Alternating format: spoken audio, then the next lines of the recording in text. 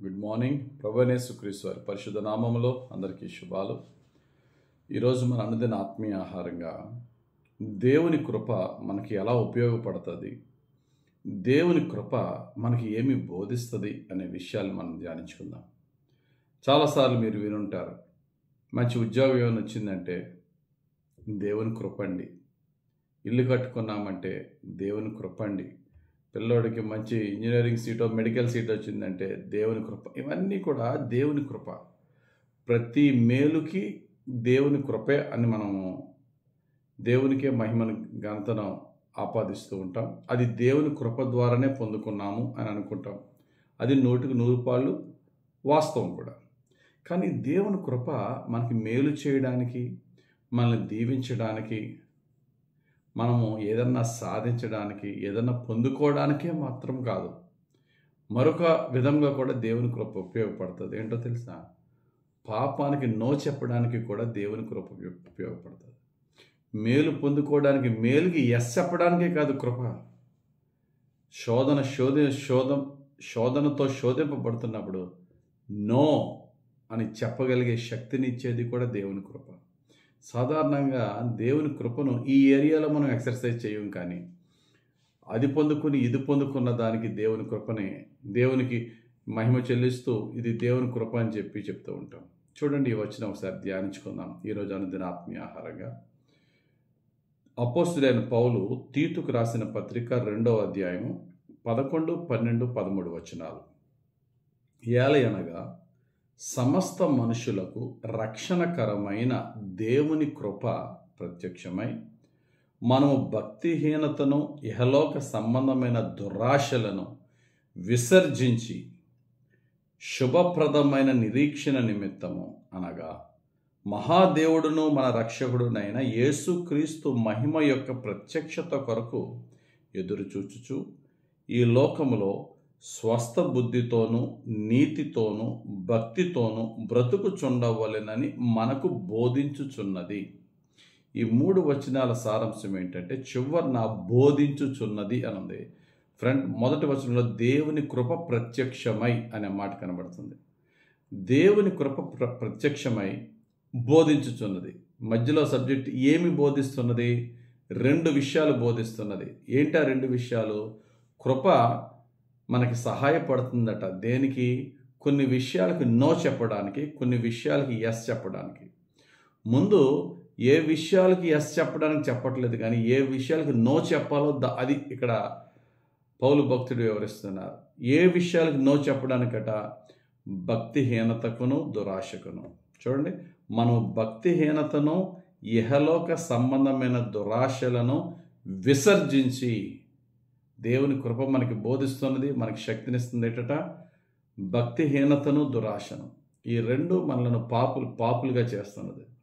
దేవుని యొక్క వాక్యానికి వ్యతిరేకమైన భక్తిహీన క్రియలు, లేక ఈ లోక సంబంధమైన మనది కాని దానిని ఆశించి, మన అర్హతకు మించిన దానిని ఆశించి, దేవుని యొక్క 10 ఆజ్ఞలలో 10వ ఆజ్ఞ అయినటువంటి నీ పొరుగు వారిని దేనిని ఆశించదు, డో నాట్ కోవెట్ అనే ఆజ్ఞను మీరి పాపము చేసే ప్రతి ఒక్క దురాశకి నో చెప్పే శక్తి దేవుని కృప ద్వారా పొందుకుంటాము అని చెప్తున్నది. తర్వాత వచనంలో దేనికి ఎస్ చెప్తున్నది అంటే, చూడండి, ఈ లోకములో స్వస్థ బుద్ధితోనూ నీతితోనూ భక్తితోనూ బ్రతుకుచుండవలెనని మనకు బోధించుచున్నది. దేనికి ఎస్ చెప్తుందట ఈ యొక్క కృప? స్వస్థ బుద్ధితోనూ నీతితోనూ భక్తితోనూ. ఈ 3 మనకి భక్తితో బ్రతకాలన్నా, నీతిగా స్వస్థ బుద్ధితో జీవించాలన్నా కృప ఉపయోగపడుతుంది, కరెక్టే.